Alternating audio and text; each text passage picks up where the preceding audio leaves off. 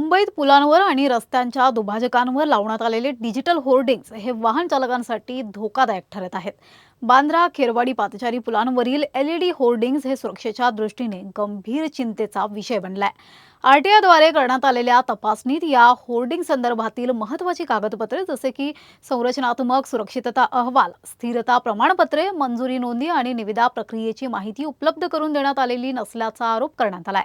त्यामुळे या होर्डिंग्जची सुरक्षितता आणि अधिकृतता यावर प्रश्नचिन्ह निर्माण झालाय. विशेषतः द्रुतगती महामार्गासारख्या व्यस्त मार्गांवर अशा प्रकारचे LED होर्डिंग्ज गंभीर दुर्घटनांना कारणीभूत ठरू शकतात अशी भीती आता व्यक्त करण्यात येते. या संदर्भात RTI ॲक्टिव्हिस्ट भावेश कालिया यांच्याशी बातचीत केली आहे आमचे प्रतिनिधी किरण जाधव यांनी. पाहूयात.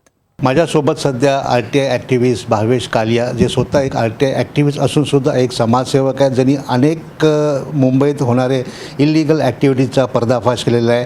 आज पुन्हा त्यांनी एकदा बँडाला जे इल्लीगल होर्डिंग्स आहेत त्याच्याबद्दल त्यांनी एक माहिती काढली आहे. भावेशभाई, काय माहिती काढली तुम्ही आणि कशा प्रकारे हात घोटाळा दिसतोय?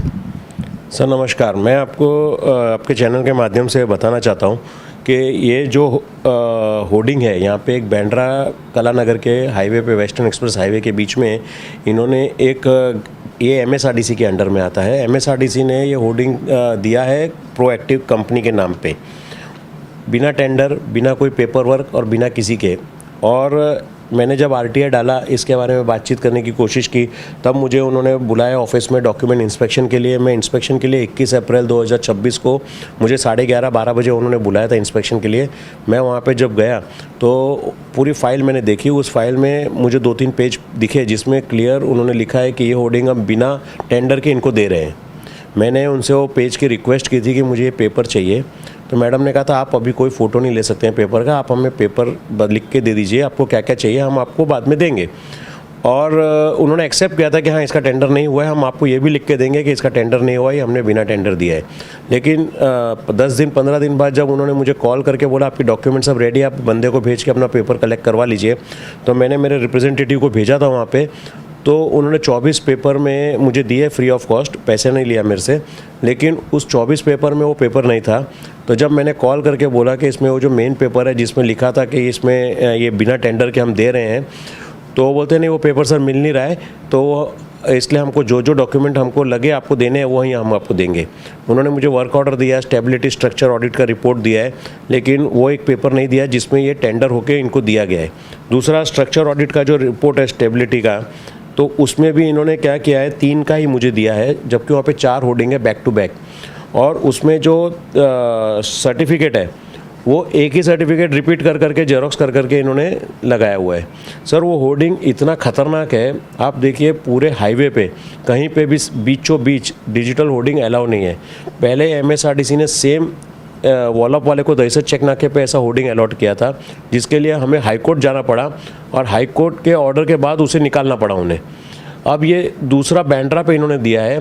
सर यह इसका आप देखिए 60/15 ये 4 होर्डिंग है उसका. अच्छा उसमें क्या है, उसमें सुरक्षा को देखते हुए कुछ भी चीज़ नहीं है. एज़ पर द इनके बायलॉज जो बने होर्डिंग्स के और गाइडलाइन बनी है, उसमें इनको बोला गया है कि जब भी आप किसी भी गैंट्री को या फुट ओवर ब्रिज पे आप होर्डिंग को लगाते हैं तो आपको नीचे 2 या 4 फुट का गैप रखना है ताकि विजिबिलिटी रहे कि उधर क्या हो रहा है, अंदर बुल के पीछे क्या हो रहा है, होर्डिंग के पीछे कहीं कोई हादसा तो नहीं हो रहा है, कोई महिला के साथ कोई मिसबिहेव तो नहीं हो रहा है. तो उसके लिए इन्होंने वो भी नहीं रखा है, पूरा पैक करके रखा है. कल को ऊपर कुछ भी हादसा हो जाएगा किसी महिला के साथ में, या कोई गर्दूले रात को बैठ के कुछ उधर करेंगे और भगवान ना करे अगर ये होर्डिंग नीचे गिर गया तो लाखों लोगों की जान जाएगी इसमें. अशीच घटना एक घाटकोपरला पण झालेली. होर्डिंग्स पडल्यामुळे खूप जणांचे जीवितहानी झालेली, बहुत लोगों की मौत भी हुई थी. सर आप देखिए घाटकोपर का जो होर्डिंग था वो तो साइड पे था, रेलवे की प्रॉपर्टी पे था, इसलिए वहाँ पे तो खाली 40-50 लोग ही घायल हुए थे और कुछ लोग ही मरे थे. लेकिन ये तो हाईवे के एकदम बीचों बीच है. आप रात के टाइम पे वहाँ से गाड़ी लेके जब आप निकलेंगे, उसका रेजोल्यूशन आप चेक करिए, इतना हाई रेजोल्यूशन होता है वो डिजिटल होर्डिंग का ना कि ड्राइवर के सीधा आँख पे आता है और कभी भी वो हादसा हो सकता है वहाँ पे. और बॉम्बे में आए दिन हादसा होते रहते हैं और बाद में ये क्या कह देंगे न्यूज़ वाले पे कि दारू पी के आदमी गाड़ी चला रहा था इसके लिए हादसा हो गया, जबकि वो होर्डिंग का जो रेजोल्यूशन है, अच्छा उसको वो टोटली इलीगल है. उसके लिए हम हाई कोर्ट जाएंगे और इसका पूरा पर्दाफाश करेंगे, इसमें जितना बड़ा जो करप्शन इन्होंने किया है. वो पूरा हम पर्दाफाश करेंगे इनका। भावेश भाई, युजली जेव्हा आपण असे होर्डिंग्सचे जेव्हा आपण येतो युजली टेंडर्स काढण्याची खूप गरज असते, पण टेंडर न काढता अशा प्रकारे होर्डिंग्स त्यांना देण्यात आली आहे। सर ये हर एक चीज़ का गवर्नमेंट की कोई भी चीज़ जो होती है वो पब्लिक नोटिस और पब्लिक टेंडर के बिना नहीं अलॉट होता है। ये भी इनको टेंडर के थ्रू ही करना था। अभी ये क्या बता रहे हैं कि हमने 2022 में इसका टेंडरिंग किया था 24 होर्डिंग्स का, ऐसे गैंट्रीज का, उसमें ये भी था। अब ये बोलते हैं हमने उसको उस समय उसमें से निकाल दिया था और इसको हमने वापस न टेंडर करते हुए उसी को दे दिया। सर ऐसा नहीं होता है कि आप जिसको चाहोगे दे दोगे, जिसको चाहोगे नहीं दोगे। अगर 2022 के टेंडर में ये होर्डिंग था तो 2022 से 2026 तक का 4 साल 5 साल का जो इसका रेंट है वो इन्होंने अब तक क्यों नहीं जमा कराया? उसका कोई रसीद नहीं है। उसमें गवर्नमेंट का 3 से 4 करोड़ का लॉस हो गया रेवेन्यू का, तो रेवेन्यू कहाँ गया? और अगर समझो इन्होंने अब भी ये बोलते हमने अलॉट किया है, तो अगर अब भी अलॉट किया है तो इनका जो आप देखेंगे एग्रीमेंट है, आपको मैं बताऊंगा, इनका ये जो एग्रीमेंट हुआ है रजिस्टर्ड हुआ है, ये एग्रीमेंट रजिस्टर्ड हुआ है ना, इसमें भी आप डेट देखेंगे तो अभी 2026 की है। अगर वर्क ऑर्डर आपने 2022 में इशू किया था तो इसको आपने एग्रीमेंट अभी 2026 में क्यों इसको रजिस्टर किया आपने? इसमें काफ़ी क्वेश्चन है जिसका सवालों का जवाब वो हमें दे नहीं रहे हैं, लेकिन हम हाई कोर्ट जाएंगे इसके लिए और हाई कोर्ट में इनको जवाब देना होगा। तो जिस तरह से हमने वॉलअप का वो दहीसर चेकने का वाला होर्डिंग निकाला था डिजिटल, उसी तरह हम इसको भी निकालेंगे। हे होते भावेश काळे। जे आता आपण पुढे जे आहेत इकडे जे होर्डिंग्स आहेत ते ड्रायव्हर्स लोकांना कशा प्रकारे परिणाम होतो तेही आपण पाहूया। याच्यानं डोळ्याला भरपूर त्रास होतो, पण याला कोणाला बोलायला गेलं तर त्या गाडीच्या ड्रायव्हरला तर पहिलं लक्झरीवाल्याला पकडायला सुरुवात करतात।